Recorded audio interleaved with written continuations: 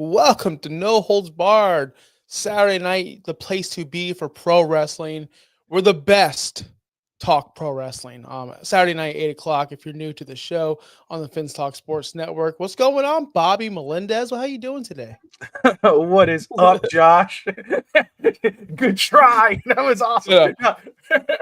You know what? Because I'm not gonna jive you. Ever since they've done the max jump. I say they as in Yeah, AEW. I've been watching Collision. And Oh, and Chris Koffler texted me right before the show and said, "Hey, did you know tonight is our 1 year anniversary for our 4 year anniversary for Real Talk Wrestling, nice, and man. tonight's our 4 year." And I said, "So to celebrate, we're definitely watching Collision live, right? Or watch along. That's what we're doing tonight." And he just, ha, ha, ha, ha. But no, we're not watching Collision tonight. We're here. We're as you all should be here. Collision Yeah. sucks. Yeah. I Well, can say shout that. I out. watch it now. What's up, Nick? Yeah, that's my brother Nick. He's in Portugal right now. Oh, sweet. Yeah, man. My brother Nick. Guys, if you love music, and Nicky is my actual brother. He does the Norwegian cruise lines, but right now he's in Portugal. But he does he does amazing music. Catch him on YouTube, on Spotify. Just look him up. Great stuff. Elvis tribute artist too. He grew up on Elvis Presley, man. So Really? yeah, dude, the king of rock and Never roll. knew that about you. That's something new. Yeah, yeah, man. That's why if when I shave and you see kind of like the sideburns, that's where they originated from. I still do the sideburns to this day. Now they're not crazy ridiculous, but I used to do that too.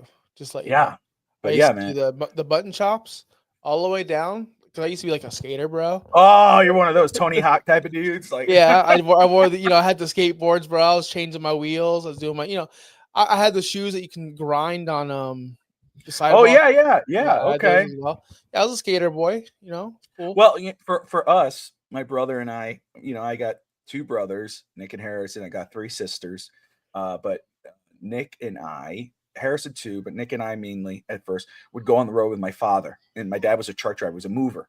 So he would tag us along. And of course, we were cheaper work options. We'd help him Mm-hmm. move and he'd give us $500 each and then we get tips.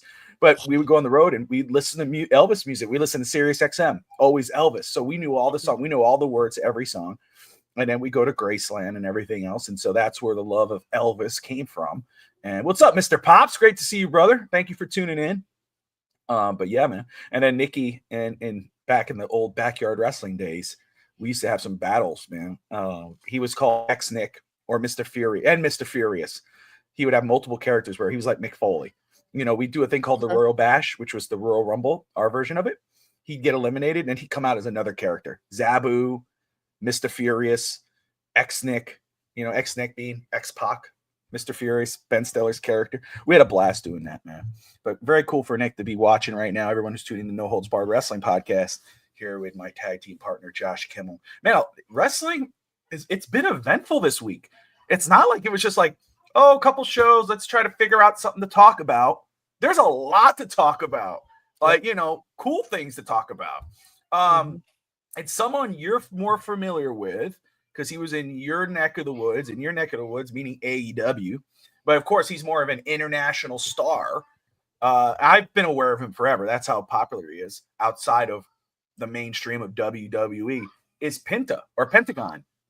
It's been a long time. I've always wanted to see him in WWE, and dude, we got him.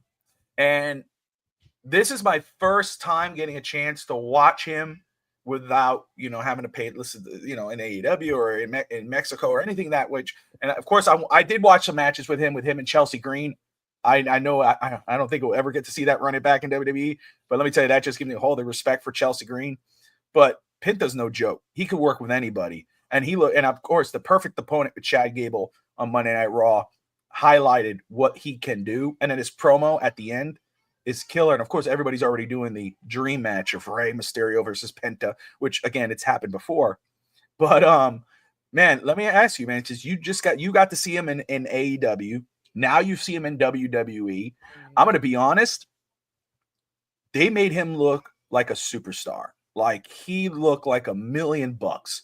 Like WWE has a big plans for him.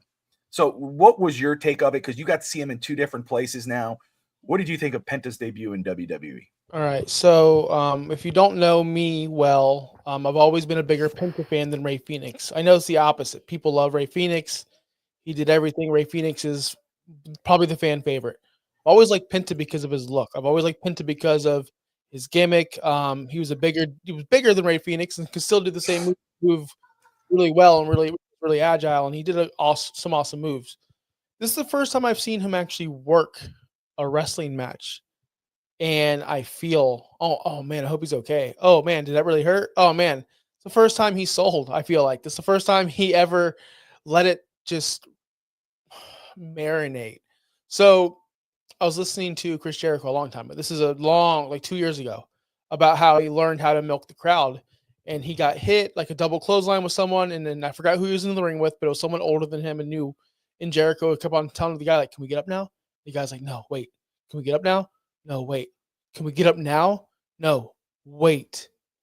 Now." And then boom, the crowd pops because like you have to wait and you have to milk. When Penta did that huge jump off the over the top and pretty much landed on his head, like let's be honest, he landed on his Chad did his best to catch him, but Penta fell like right on the ground. In AEW, that homeboy is getting up. He's getting up right away. He just is, because I feel like the mentality in AEW, you have to be tough. You have to be a tough guy. I sit there and watch a match with John Moxley and Will Hobbs. I watched that entire match. Will Hobbs was destroying Moxley with huge moves. Moxley would just pop right up like nothing happened every single time. And it's like, oh, I get it now. I finally get it. AEW's gimmick is we're all tough guys. All of us. WWE's gimmick is stories, and we're not all tough guys, and we're people, and we're wrestlers. I thought it was great. I don't understand the hate that he's getting from two people that in particular. Yeah, explain that to me. What? Because I don't know if it was a particular person. Supposedly, and then it got debunked. Supposedly, a lot of WWE talent was upset that his match ran over, and then his promo ran over, and then it came out later to no, that's BS. Who the hell is feeding that? Is that Meltzer? I don't know who that is, but I wasn't. I understand. I heard that, but I'm talking about. I watched a whole freaking. This is how bored I was today, guys.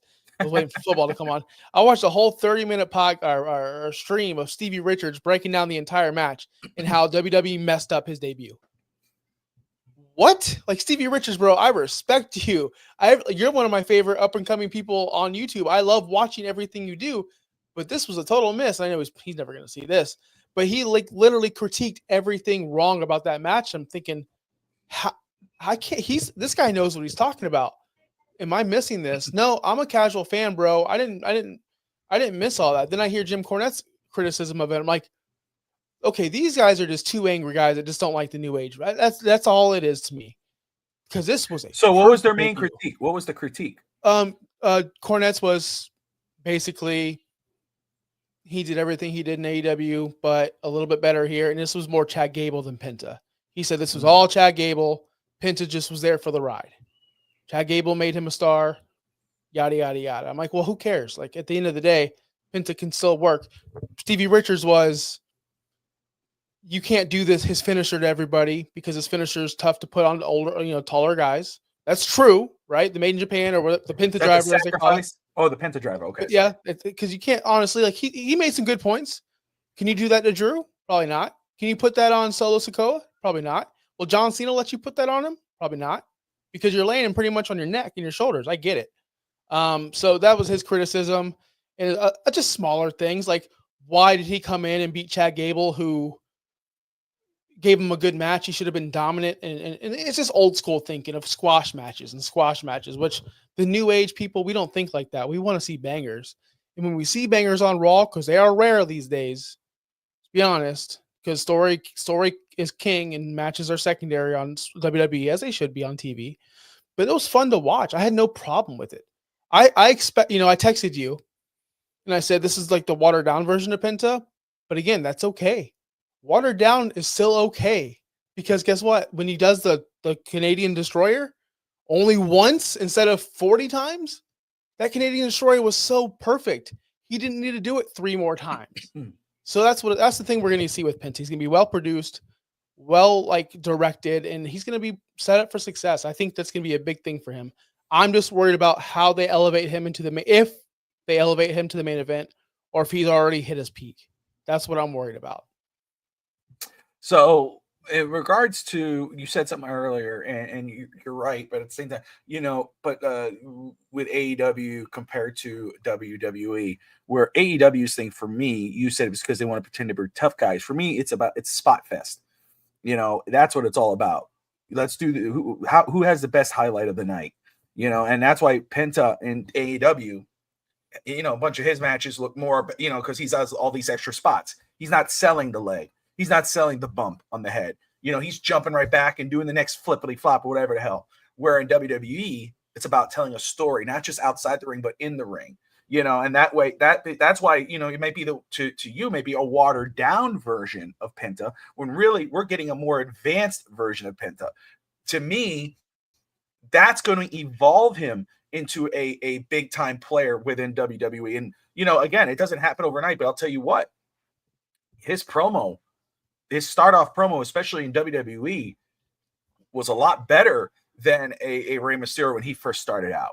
And I'm not saying he's going to have a Rey Mysterio meteoric rise and all that whatnot, but to get to work with the best in the world, but also on the mic and have Triple H behind Paul Levesque behind him to tell him, hey man, try this. Let's do this. Let's do the best presentation when you come out. Let's do this story, sell it. That's going to elevate him into that type of status. Now it's up to him to grab hold of that, because there's guys, and he showed it. Look, I'm not going to discredit him because he was wrestling Chad Gable.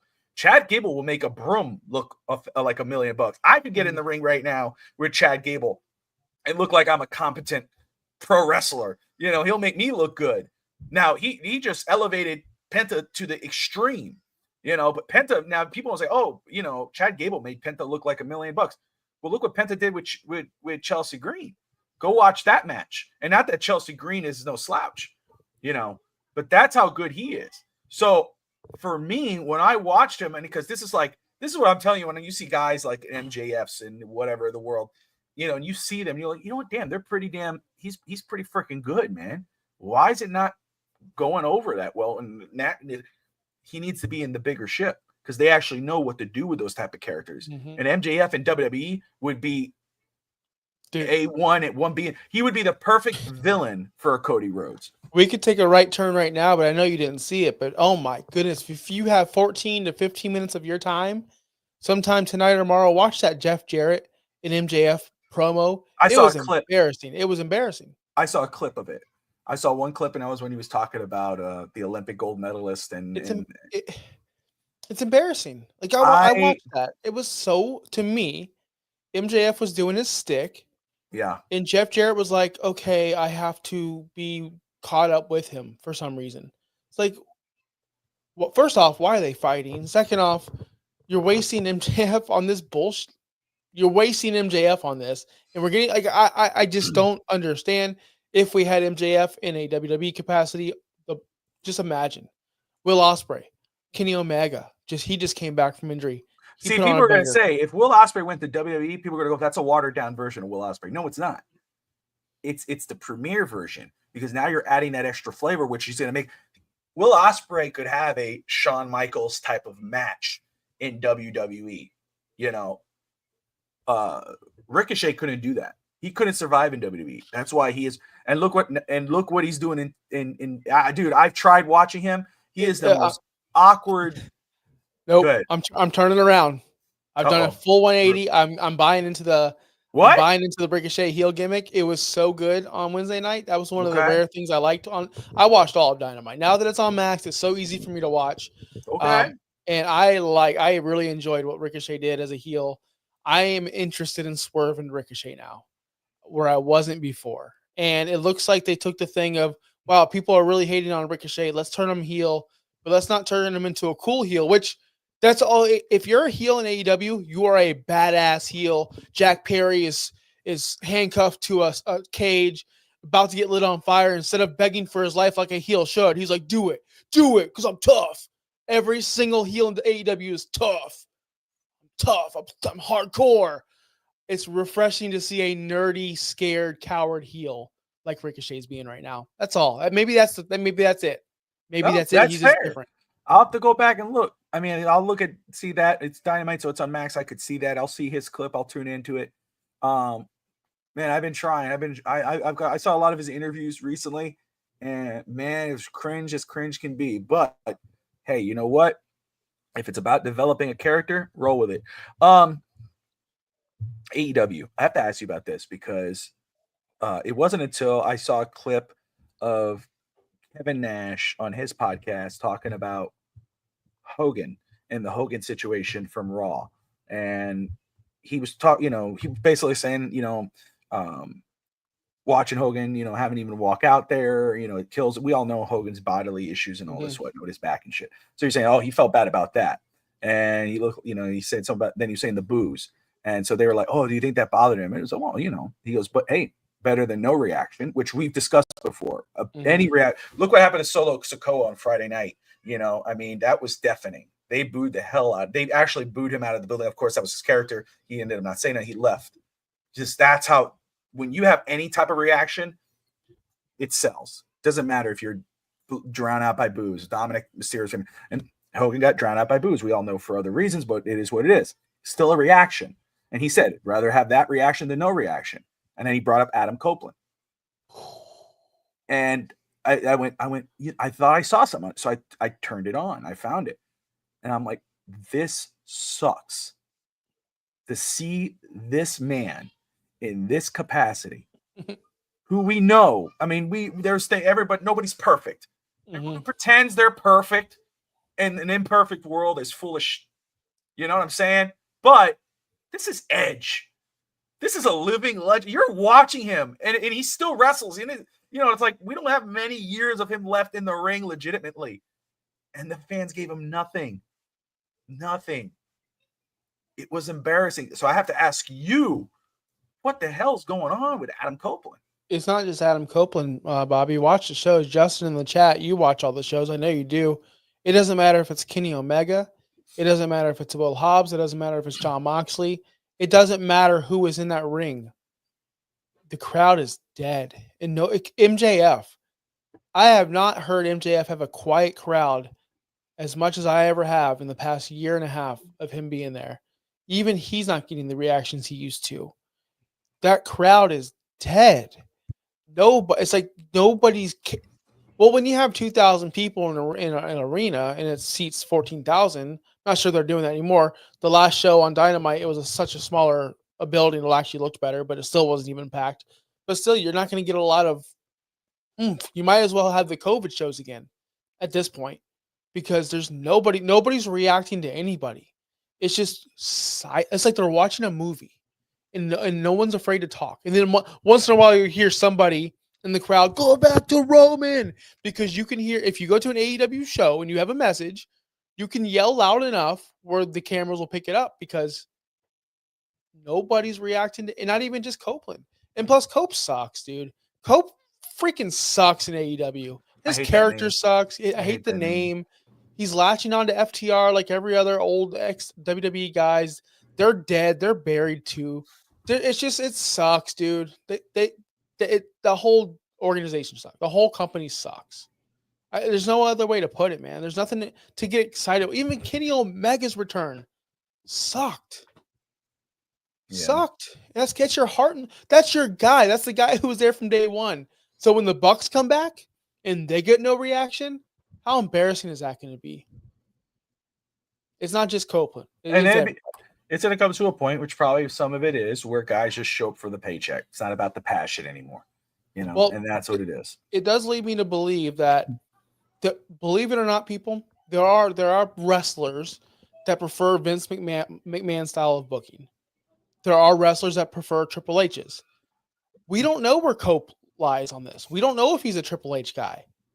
We don't know, we don't know the whole story. We don't know if they get along. We know Triple H has his people and he's played politics in the past. We know this. We're not saying Triple H is a bad dude. I'm not saying Triple H is a bad dude. But when you don't mesh with somebody, no matter what, you're not going to want to work there. And if Triple H wasn't going to book him anyway, then go do what you want and go make money. Yeah, I get it.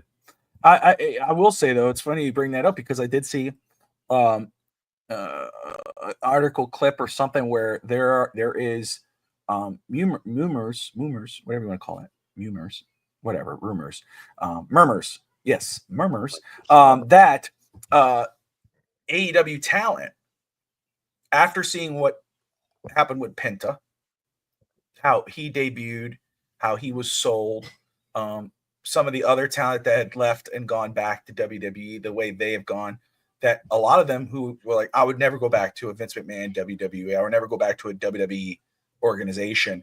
They're seeing what's happening over in WWE, and they're like, okay, I just need my contract to end, and then I'm going back there because of the Paul Levesque, because they know with him behind the wheel, or they feel, that's paraphrasing, that they wouldn't be left in the dust or ran over or thrown under the, whatever you want to call it.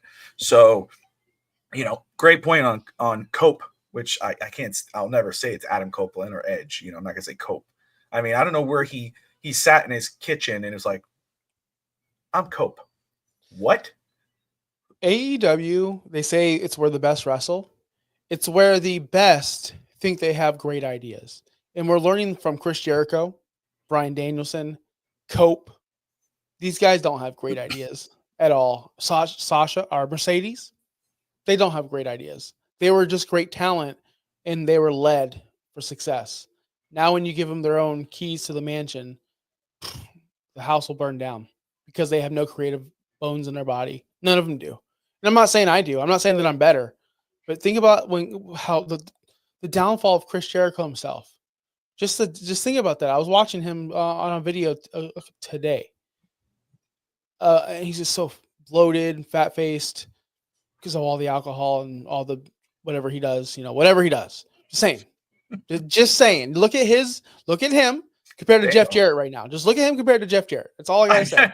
Jeff Jarrett, for all that, I'll give him. He looks like $1 million for his age, in that, and in great shape. Shout out to him. I still don't get why he's in a program at MJF, but it is what it is. Flair looked better at 60 than Jericho does now. That's a fact. I will say I love Jericho. I really do. Grew up watching him, as you. I know you're huge on Chris Jericho, so I know you don't say that lightly. But I will say, the last time I saw him recently, I was dumbfounded. I just don't get it. I'm not in shape. He's in better, I'm sure. But I mean, Jesus, dude, what are we doing? It's not even that. It's just he keeps on. Just put some pants on. What are you doing? Put some pants on and stop burying talent. Big Bill's being wasted with this guy. Everyone that Chris Jericho interacts with is. But you see, there's gear that he could wear that he would look okay in, or like, okay, he's present. Like, to me, the little Speedo, it's like, dude, what are we doing? You're falling out of the sides, and you don't look like Chris Jericho. I mean, you said Ric Flair was better at 60 than when Jericho is, whatever age Jericho is now, 50, whatever. Mm-hmm. I mean, he did the I saw him do recently in one of the matches. I think he was attacking Edge or whatever, Cope, and he did the not the backbreaker. What's that called, man? Code breaker. Code breaker. Oh, he can't get up. Oh, dude, he just falls backwards. What are we doing? He just falls backwards now. He falls backwards, and he tries to get his legs up as much as he can, and the other person has to just fall forward. He can't leave his feet anymore.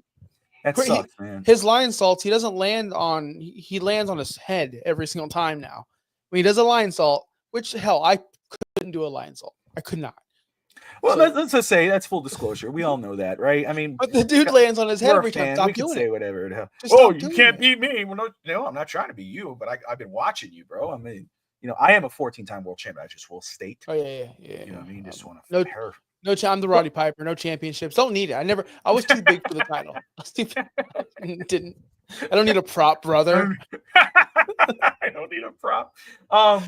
Let's talk WWE TNA. That was the big news that came out earlier this week. Official. We knew they had like kind of a handshake deal where they were like, hey, some of us will pop up on NXT, some of us, but now it's official WWE and TNA. Something that you never thought would see ever happen in a Vince McMahon world, but two separate companies. TNA was what they were the first ever try after WCW. Yep. You know, they try to replicate, and they were pretty damn good. They were a very good second option for wrestling fans. Like you still got to see your legends, and you got to see them, and there was really good stories, but Great also stories. great. How many, and then I was just watching earlier today a triple threat with Christopher Daniels, Samoa Joe, and AJ Styles. I mean, and that was like, and it wasn't like pop up, get right back and do this. No, they knew what they were doing. But then you go when Kurt Angle showed up, and then Sting, and they had the big pops, Macho Man is here, and then you go. But anyway, so there was all that history. I remember that's when me and my wife, before we were dating or whatever, even after, but after too, we would go as in our group of friends, go to TNA and be in the front row. I remember I got to see Kevin Nash and Scott Steiner, and got to see all those guys up and close. And one of the most awesome Booker T, one of the most awesome experiences. So I always have a soft spot for TNA, but when they kind of fell back, when Global Force Wrestling and Anthem and whatever, to see this is really cool, and I'm intrigued by what it could mean. Now, obviously, we know, NXT would probably be more involved because Shawn Michaels was one who kind of commented on it. Triple H did as well, which is good. But at the Royal Rumble, this opens the door for a lot of these surprise entrants now. We talked about it on our Royal Rumble booking show, and I said Joe Hendry, Nick Namath, those guys could show up now. Jordan Grace in the women's Royal Rumble. Ash by Elegance. That's Dana Brooke. Oh, that's right. Yes, I just saw her smash her face earlier today too. So I got some clips. Ash by Elegance, and say his name in here. Yeah, Joe Hendry. Yeah, it's Joe Hendry. But who else? Tessa Blanchard, who just returned to TNA. I would love to see a spot, or kind of like a spot where they team up and beat the hell out of somebody, whatever, and then one eliminates the other, of Charlotte Flair and Blanchard, because of the history of their fathers. Yep. So there is so much that they could do. I haven't heard from you really on your reaction or thoughts on the TNA WWE official partnership. So I would love to hear that. And I would love to hear also what you think they could do with this, other than continue with what they're already doing.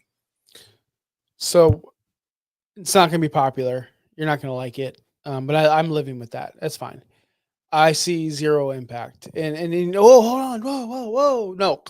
Do we really think we're going to see Joe Hendry on the main roster on Raw interrupt or do anything significant at the moment? At this moment, no. It's mainly going to be probably an NXT TNA crossover. We're not going to see any main roster talent on TNA. We're not going to see any, TNA talent on Raw or SmackDown. So to me, it's insignificant. I don't watch NXT. One of my resolutions was to watch NXT more. We are 18 days into the new year, and I've yet to watch 1 second of NXT, which is, hey, Quitter's Day was like last week. So, I'm not saying I quit. I will say this. I covered this on Real Talk Wrestling, little sidetrack. I saw this Obafemi character for the first time in my entire life. I was scared, and I'm just watching TV on Netflix. I'm like, oh, who's this guy? I was talking to Clutch, Miami Clutch. I'm like, yo, is this guy like a fighter, UFC fighter, like an Xbox? This guy, a football player? This guy's massive. So I'm kind of intrigued to watch NXT to see this guy. Will I be intrigued to watch NXT if Joe Hendry shows up? Yeah, I will. But that's about it. There's no one else that you can tell me, oh, Nick Namath, I've seen Ziggler a million times. What about TNA? Where can I watch it? Yes, Justin Toner in the chat's going to say you could watch it here and there. If it's not readily available for me, I'm not going to watch it. That goes for baseball. That goes for playoff hockey. If they put it on FS1 or baseball, I'm not trying to go find this station. Sci-fi, when you relegate other stations or preempt it to other stations, or I have to go search for something, I ain't doing it, brother. I'm just not. That's just because that's the American way now. Honestly, Bobby, you know this. If we can't find it and it's not on our regular spot, yeah, I get it. Yeah. We're not going to go search it. So you can tell me it's on Pop TV and this. Yes. I ain't going to go search for it. But this partnership could open the door for TNA to get a better broadcast deal where they're featured on television. And they, of course, having those guys featured, like you said, do I think obviously I think the NXT thing will continue because it's the easy thing to do. It's a developmental thing. But I do think that you might see, especially with the talent of, or not even just the name presence of a Joe Hendry to show up on a random SmackDown or Raw. We do know I could say with a 99.9% chance he's going to show up at the Royal Rumble. You With know, the title. we know it's going to happen. With the TNA title. Yeah, Nick Nemeth is going to show up. We know that's going to happen. Really though? Yeah. Why not? Can't you see a spot where Dolph Ziggler, Nick Nemeth shows up where John Cena's standing in the ring and that kind of moment happens there? So then we're breaking this rule where it's like, is he Nick Nemeth? Oh, that's Nick Nemeth, formerly Dolph Ziggler here in WWE. Like, it's awkward, right? No. They don't go, oh, that's Trinity Fatu, formerly Naomi. It's just, no, they're not going to say they're not. So is he going to come in? Is he Dolph Ziggler? Because in my world, that's Dolph Ziggler. In our world, it's Dolph Ziggler, but they can still call him Nick Nemeth. Is it going to be an Elias? What's his face? AKA Dolph Ziggler is here. This is Dolph Ziggler's brother. Oh, Ryan. Or how about this? You want to know how fast someone will go to try to find a TNA one day, how far it's at? Next week on TNA, John Cena will make an appearance. Easy. Oh, come on, he's not doing that. He may. There ain't no way. He may. The biggest star they'll get is AJ Styles. See, well, that's cool because that's a reunion, and that's. But I'm saying that's the biggest star they'll get. I promise you won't see anyone of name on TNA in the Impact Zone. We ain't ever gonna hear Roman Reigns is in the Impact Zone. It ain't happening, dude. But it would be a pop. It would pop. Come on, of course. If Roman Reigns and all, look, I understand the excitement. Look. Let me get the positive side of this because I've been too negative so far.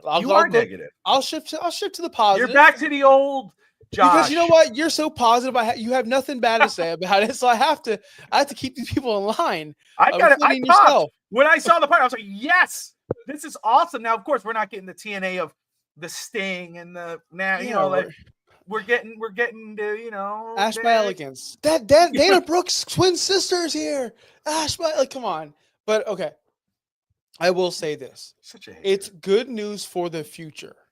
As in, I've always wanted one nation, one love, right? I've always believed I don't like borders. I'm a very hippie kind of way of that thinking style. I am. So if I bring that into wrestling terms, well, I am. Fuck countries and shit like that. Fuck net and patriots. It's so dumb. It's so dumb. I was born here, so I'm proud to be here. Shut up. Shut the fuck up. As soon as I heard one nation, I started.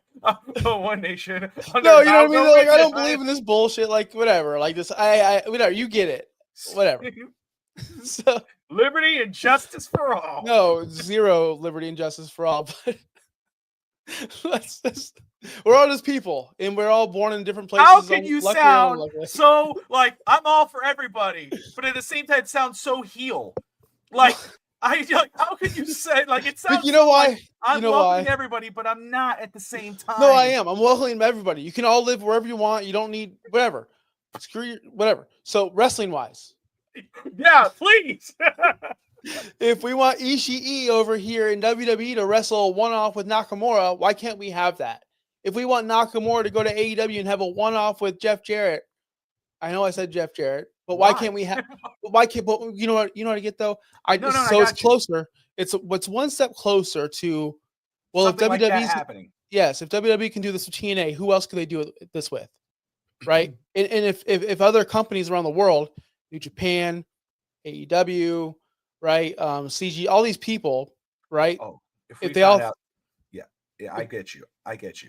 I mean, why don't we all work together? How fun would that be, Bobby?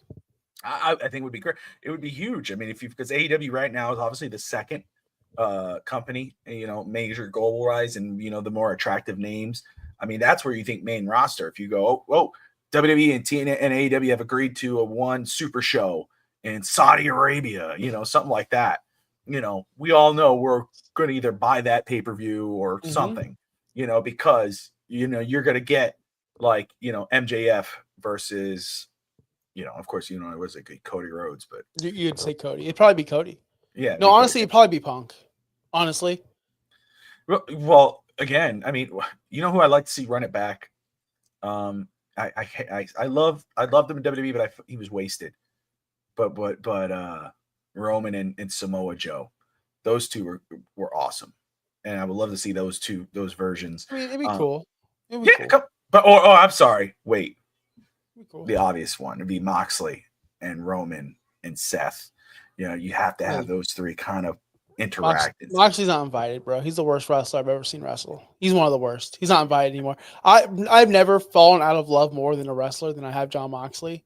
I wish you have you finished that pay-per-view, by the way? No, I knew you were gonna ask me. I finished the Cody match. I saw the I need a brother. Yeah, it was great, right? No, that's so stupid. He cried twice in that match. Told you. I know. I'm like, we'll show up. Yeah, they did. TNA is already hinting NXT talent will show up at Genesis. Did you hear Scott D'Amore was in the backstage at AEW? I did see that. Yeah. Interesting. A step forward. Hopefully, if you know, it's the same thing. Like when we saw Shane McMahon show, you know, like, oh, is he actually good? Because I know you say, oh, on air talent. No, Tony, be smart about this. You have a McMahon back there. Now it's not Vince. You don't need Vince. You have Shane. Wrestlers love him. He knows how to hang with the quote unquote boys. He's smart. And it's Scott D'Amore, what he did in TNA before he ended up getting fired for whatever reason. If you could get guys like that and say, hey, you guys run the show, or, you know, you have the ultimate say, you could say no, but no, dude, let these guys roll with it. Let them be, and watch how fast that turns around. Watch how fast, and take a little control away from like these other guys. There's wrestlers in the world. There's other guys, like, don't get me wrong. When we talked about, you know, you look back and you talk about WCW, of course, everybody shits on it now. But if you go back and you look at what Kevin Nash and Hall and whatever those guys, when they had that creative, or they were like in Eric Bischoff's here, WCW beat WWE for 83 straight weeks. Yes, Bischoff was the head, but a lot of those guys were feeding him. DDP, hey man, wait a second. Blah, blah, blah. Hogan, I'm going to drop the title to Goldberg tonight.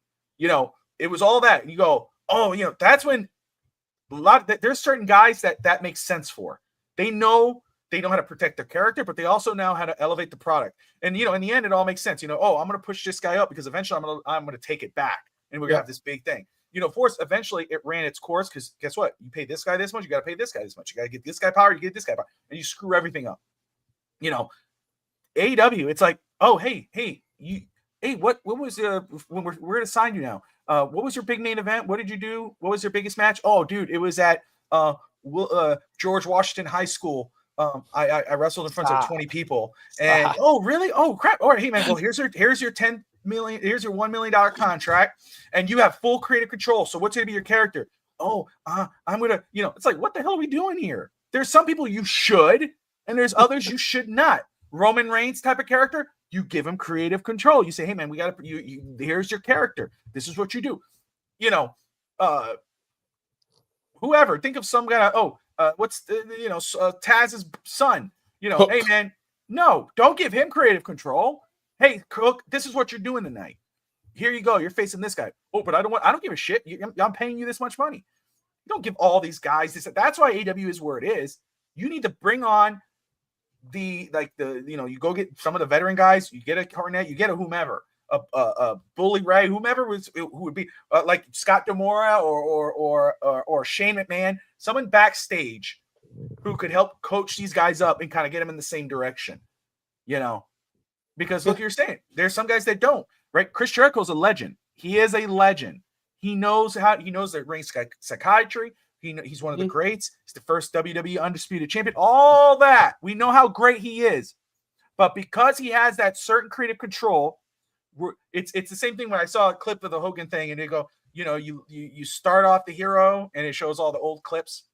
And I thought right away of Chris Jericho too. You know, you see a little Hogan waving the flag and the W and Hollywood Hogan and then you live long enough to become the villain and everybody's boo. And it's just, but it's the same thing with Jericho.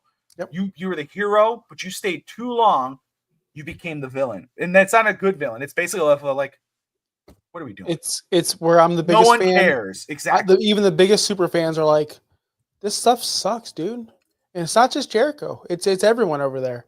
It's literally everyone, and like in the way they book. Honestly, Cope, Edge, I love you, man. You're one of the greats. You are a pop fest. Every time your music hits, we pop. But the reason you shouldn't have creative control is that reason right there. Yeah. Cope. Who let you? Who thought? That's Tony Khan. He can't get it out of his mouth. You should have said, hey, Adam, I love you, man. That sounds stupid. That's not going to sell. Coming in the ring, the rated R superstar, cope. Yeah, I'm coping with watching you because this sucks. So bad. It is bad. It's bad. Theory. It reminds me of Theory. When Vince changed Austin Theory, his name to Theory. So dumb. But you know what? We're moving on from AEW. We're not going to go there anymore. We got some more rumors or some more dirt sheet stuff I want to talk about tonight. Before we do have to get out of here, Corey Graves, did not show up or was sent home on Tuesday night on NXT. He didn't want to. I don't think he wanted to be there, and I don't know if this is a work or a shoot, but he did go on Twitter and tweeted. I don't have it directly right in front of me right now, but something of the fact that he's not famous enough for his own job. And it sucks enough that the one love he had was taken away from him because of injury. He was told he'd never wrestle again. It wasn't by choice. And now he's not famous enough for his job. And I think that was aimed towards either Tessitore or Pat McAfee or both. Because I don't think he'd say that about Wade Barrett because he's one of the boys, obviously. And Michael Cole's a legend. Michael Cole's one of the best voices of WWE of all time. So he tweeted that he has a lot to say on NXT, and then he wasn't there. Now, I wouldn't know because I don't watch NXT. I was told he wasn't there. I confirmed it with a couple people. Now, I thought from the start, this was a work. I never thought this was a shoot. I don't know the status. I don't know if the rumors are out there, but I did hear a while ago that he was getting cleared to wrestle, and I would always see him and Pat McAfee have tension, where every time, it was Corey Graves and Cole in a special event and Pat McAfee's music would hit, Corey Graves would get upset. Pat McAfee would go shake his hand, but take it away from him real quick. There'd always be some kind of tension there on air. You'd see it. And I'm like, oh, are they going to wrestle? Is Pat McAfee's going to get back in the ring? Corey Graves wants to get back in the ring. That'd be fun. But would we really care about a commentator versus commentator match? No. Probably not. Pat McAfee brings a star name. People would watch because it's Pat McAfee. So I want to get your thoughts on this. Was this a work? Is it a shoot? Has there been plans revealed already? Has it been squashed? What's the big news on this one? So I haven't seen anything where it's a work. I think you brought that up, and I think it makes a lot of sense just because he was a wrestler and he got injured, couldn't do it. But we know so many who've come back from that type of injury. So it would make a sense if it was a work. It would be better if it was a work, because if somebody someone like him complains about being moved from Raw to SmackDown to NXT for a bigger name like Pat McAfee or Joe Tessitore or whomever wants to show up who's a bigger name globally, you don't have nothing to complain about. You got a job. You have one of the best jobs in the wrestling world. If you can't be in the ring, being on a commentary desk is a great job. And most people would want to do that. To me, if you feel that certain way, then make yourself irreplaceable. You should feel not look at everybody else pointing fingers and say, "Oh, I deserve this, that, and this." No, make yourself irreplaceable, where the fans don't want anyone else to replace you. So the fans boo at Pat McAfee for showing up every 3 months to take your spot, and then all of a sudden now you're back sitting next to Michael Cole. The point is that when you're on TV, you're replaceable. Dude, Jim Ross, who many consider the greatest commentator in wrestling history, was replaceable. He was drafted onto SmackDown on live TV without actually knowing he was going to get moved. Nobody told him. They did it. That was a real reaction. Michael Cole, Monday Night Raw, Jim Ross, SmackDown. It was Jim Ross first and then Michael Cole. And that was they did that to the quote-unquote greatest commentator of all time. And guess what? You are levels upon levels upon levels beneath him. So if you think for one moment you're owed anything, you're not. You haven't done enough. So this better be a storyline, because if it's not, he looks really freaking bad. Because who are you if you're not Jim Ross? Jim Ross had every right, but Jim Ross still went to SmackDown. He sat right at the next table, started talking, went to SmackDown. He eventually, I think, got fired or whatever because he wasn't happy enough. He was like, and he told McMahon, he talked about it. He told McMahon, dude, you should have just gave me a heads up. I'll do my job, but don't do that to me. Don't make me look like an idiot. But McMahon loved to make Jim Ross look like an idiot. That's Jim Ross. So if it happened to Jim Ross, what makes you think it's not going to happen to you? So you're a level above me, and I'm a podcaster. Hold on. That's not true. It is Corey Graves. I hate the argument because I do use this in sports. Like Wayne Gretzky was traded, so who cares if this guy, right? Anyone's tradable. I hate that. I say it all the time, but I hate it. Corey Graves earned his spot. He's done everything they've asked him to do. He's been on SmackDown. He's been on Raw. Him to. He's been the lead commentator. He's going to be a heel color guy. He's been a face color guy. He's literally done everything they wanted him to do, and he's done it well. He does it better than Joe Tessitore. I don't care what you say about that. He does. He does better than Pat McAfee. He does. Pat McAfee is a one kind of line kind of guy. Pat McAfee's a dude at the party, probably me, who you see for like 10 minutes. What's up, bro? Yeah, that was it. And that's enough. We're done after 10 minutes, bro. Don't talk to me again. I'll see you next month. That's Pat McAfee with me. Cool. He's awesome. God damn it. It's so much. 3 hours or 2.5 hours, that guy. Where Corey Graves brings insight. He just knows the wrestling world so well. I think this was I truly think this was a work. I think this is going to happen. I think this is a storyline.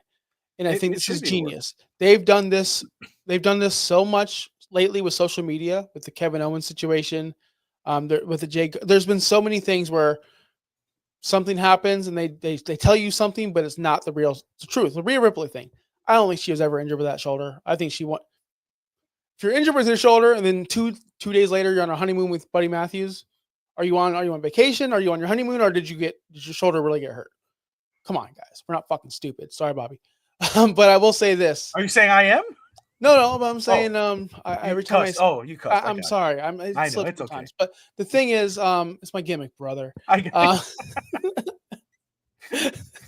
thing is I think this was premeditated. I think this was well done, and I can't wait to see what happens out of it. That's the way I'm thinking. Despite what I say, and I mean what I say though, but despite what I say, I like Corey. I think he's good for his role, but it's not a replaceable role. I disagree. Pat McAfee is not good. I think he's great. I think he gets the fans interested, not just on the commentary, but in the ring. I mean, he hypes up the crowd. He gets in character. That he interacts with everybody, and he makes it interesting. The only thing I would say Corey does better is he can play the heel commentator role. I mean, that's why I love Wade Barrett. Wade Barrett is great. Wade's great. Wade's great. He plays that hero commentator role. That's what I miss in wrestling. You have the good commentator. Come on, they work together.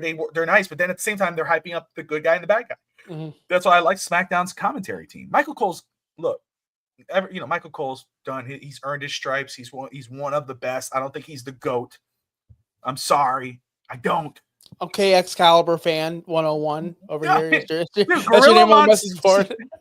Gorilla Monsoon and Bobby the Brain Heenan are my most favorite duo to listen to.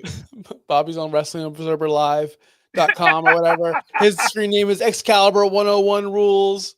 The password: I love Tony Schiavone. I like Tony. Tony's classic, man, nostalgic, but.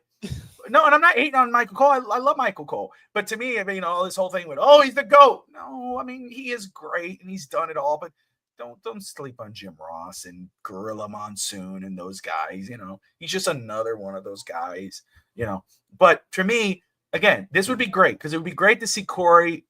It would be great to see him live his dream again, to be in the ring. To have it, and that would make a meaningful story because he got booted and he's gonna fight Pat McAfee, and they could have a really good match. Pat McAfee can make him look really good, and vice versa. And it'd be interesting. McAfee is good. He's wrestled Adam Cole and other guys that carried him, but I do like Pat McAfee. I'm not saying Pat's bad. Hold on, you're a hater. No. You just hate on McAfee. This whole thing has been like he's wrestled good. He's wrestled good wrestlers that elevated him, which is I like Pat. I like Pat McAfee. I think he is athletic and fun, and I do like his sports show. It's just I don't want to see him on my wrestling show anymore. It's enough. He's worn out his welcome. But here's the problem, though. See, that's a one thing. I mean, you're in the minority because WWE wouldn't bring him back if people didn't want to see him. They keep bringing him back because the majority of people want to see him. I get it. Remember, I've told you this before. Any reaction is a great reaction, but with him, it's actually a great reaction. It's Pat McAfee, and he's hyping up. Oh, yee, and the crowd's going crazy. He's getting Michael Cole to do it. That sells, bro. I know it does. So Corey, it's fine. Corey, you'd be great on NXT with Booker T and them. I mean, hey, maybe you get a role on the TNA commentary team. That's cool. What it boils down to is WWE copied the Jeff Jarrett storyline with his one last year going after the title. They copied that with John Cena. So now they're going to copy the Nigel McGuinness story over there in AEW with it. That's what they're doing. They're just copycats. It's fine. Yeah, it's just a minute. They just copycats, brother. Oh man. Okay. One last thing before we do head on out of here, and this is another crazy idea that maybe is not crazy after all. We keep on booking WrestleMania. Like that's been our show topic, I believe, for the past month because it's so close and things are getting so hot. What if it's not a singles match with CM Punk for the World Championship versus whoever? What if it's a triple threat match? We keep on seeing these guys all interact every single week. CM Punk, Seth Rollins, and then Drew comes in and is the third wheel. And Drew has a problem with Punk. Drew has a problem with Seth. Drew has a problem with everyone for his own great right. He said it perfectly. Where were you at, Seth? Where were you at, Seth?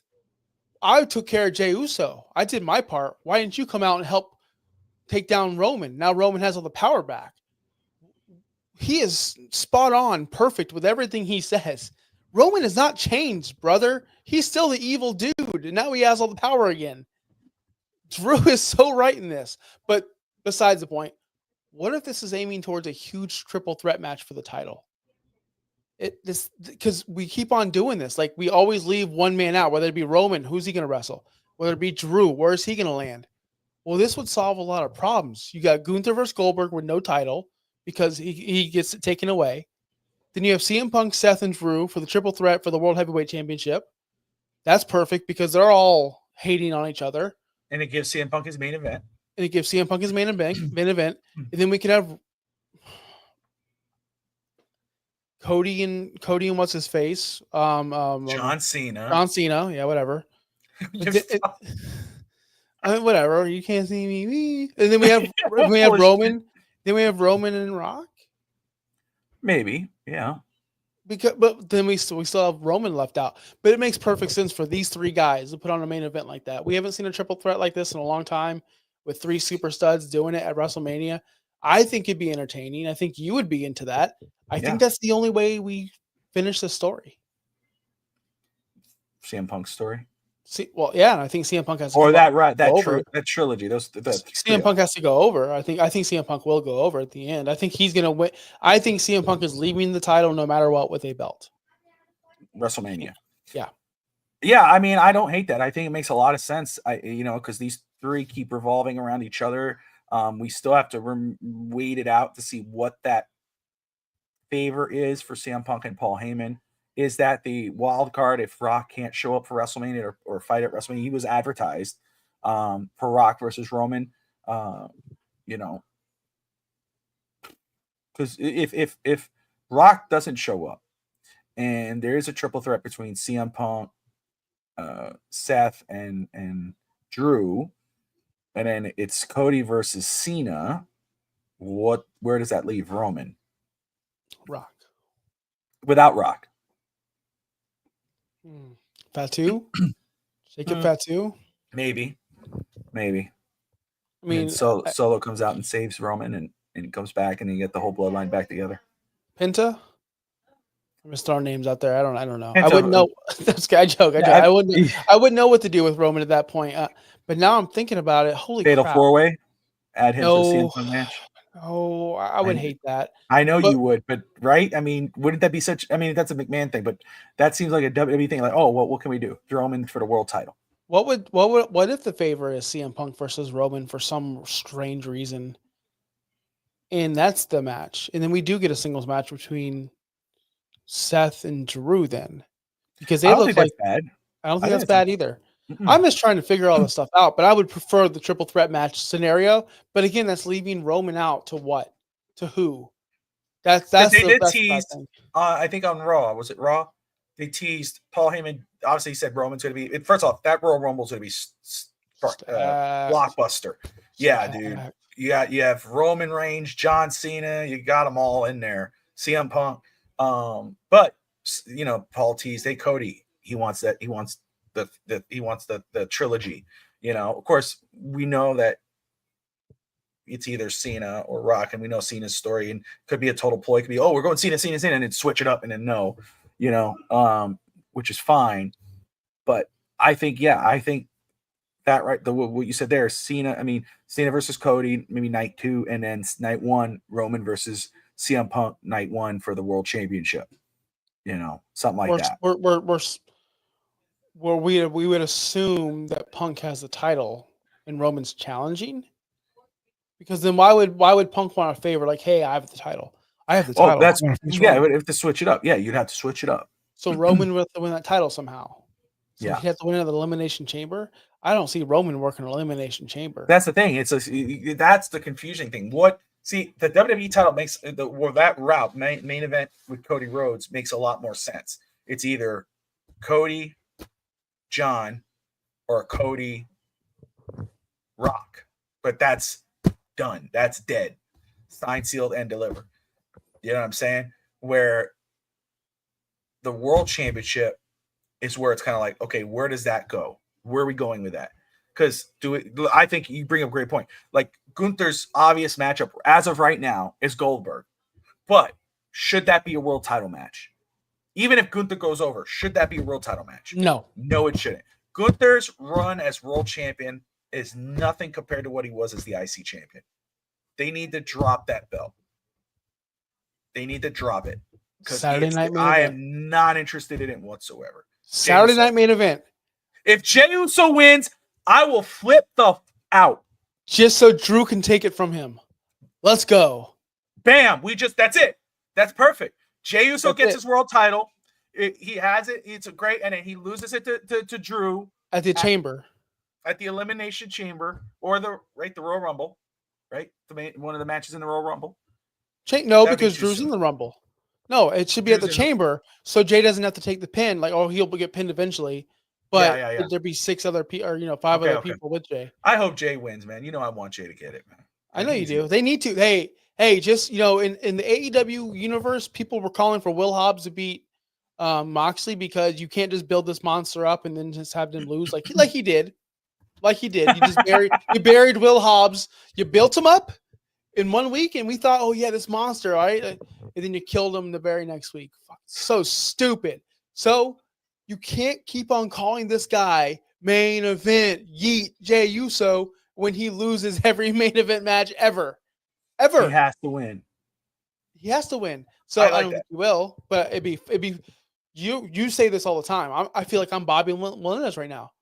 You're like, oh, Solo's got to win. Come on, Bobby. It's not going to happen, bro. Jay's got to win. Jay has to win this match. Yeah.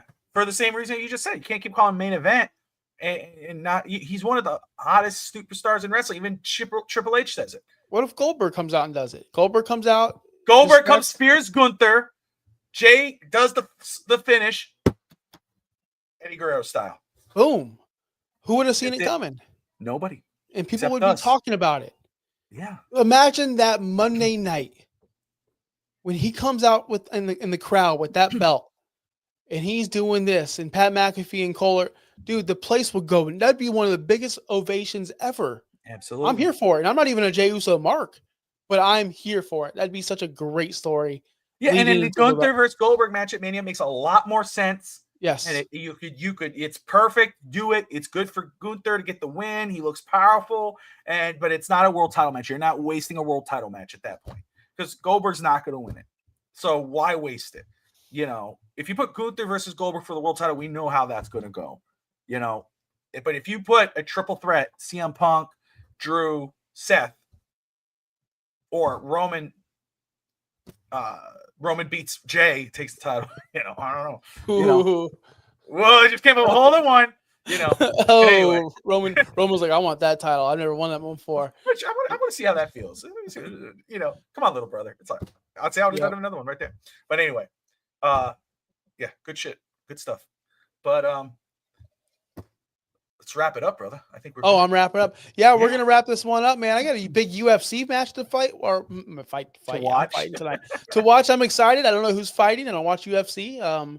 Heard it's a big one, brother. I hope Hulk Hogan's there so I could do this. I don't know. Sometimes wrestlers do show up. There's WWE company. It's now, UFC. Right? I think they're all in the same boat. So yeah. So I hope I see some wrestlers tonight. I don't know. It'll be fun. It'll be fun to watch. You know, as you were saying, Will Hobbs, he should have got the win, and Moxley, it didn't happen. I was like, Hogan did. Hogan let Goldberg win. Not Hogan would never. Hogan let the guy go. So I hope you had a nice night watching us, man. Joke around about some wrestling. No Borders. That was fun to talk about. I was a big fan. I was a big fan of the United Nations people. Rusev, Sheamus. Yeah. Who else was in that stable? Del Rio. I was a big fan of that. League of Nations was awesome. But we'll be back next week talking more wrestling, of course. That's what we do. Justin, everyone else in the chat. DSG Label wasn't here tonight. Sure he was. I'm sure he was watching. Just didn't want to talk to us tonight because of things I probably would have said. But you are always great to. He was there for Real Talk Wrestling. Bobby, we got to get you on that show because I really feel like you and Chris Coffer would really, really mesh with that AEW love you guys share. I really do. I really think that'd be fun. But make sure you stay tuned. No Dolphin show this week, right, Bobby? No Dolphin show. Are we done with Dolphins? We're done with. Well, we're technically done with Dolphins because there's no game, but we're not done because we have the first episode tomorrow at 11 a.m. Eastern time for the On the Clock NFL Draft Show. Will be me, Josh Wingate, your former partner on Beer and Sports, me, Josh, and my coach Vogel. We start our draft coverage Sunday at 11 a.m. Is that true, Josh? So when I asked you to come on for Rookie Talk for OUS, you say you retired. All right. It's cool, Josh. That's cool. Hey, it's cool, Josh, brother. And you text me during the show, Jameer Gibbs or Brian Robinson, brother, and I answered you while I was on air. Oh, I hope Gibbs. I hope I said Gibbs, by the way. And I hope Gibbs lays an egg for you tonight, brother. Well, that's going to do it for us. We'll see you next week. Peace out, Bobby. See you guys. Later, guys.